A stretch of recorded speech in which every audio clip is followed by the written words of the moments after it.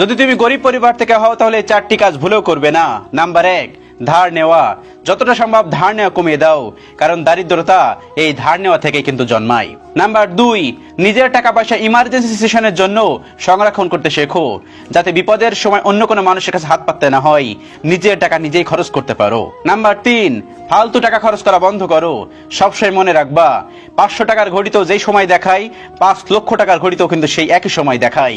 সেজন্য মানুষের কাছে নিজেকে দামি বানানোর জন্য সবসময় দামি জিনিসপত্র ব্যবহার না করাই ভালো। সবসময় মনে রেখো, নিজের পকেটে যদি 500 টাকা থাকে, সেখান থেকে 400 টাকা পকেটে রাখো এবং 100 টাকার জিনিস পরে বাইরে বের হও।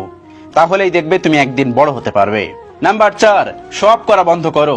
যদি তুমি শপ করতে বন্ধ না করো, তাহলে একটা সময় পর কিন্তু আরো দারিদ্রতার মধ্যে পড়ে যাবে। একজন মানুষের কাছে আইফোন আছে, সেজন্য তৎক্ষণাৎ যে তোমার কাছে আইফোন থাকতে হবে এর কিন্তু মানে নেই।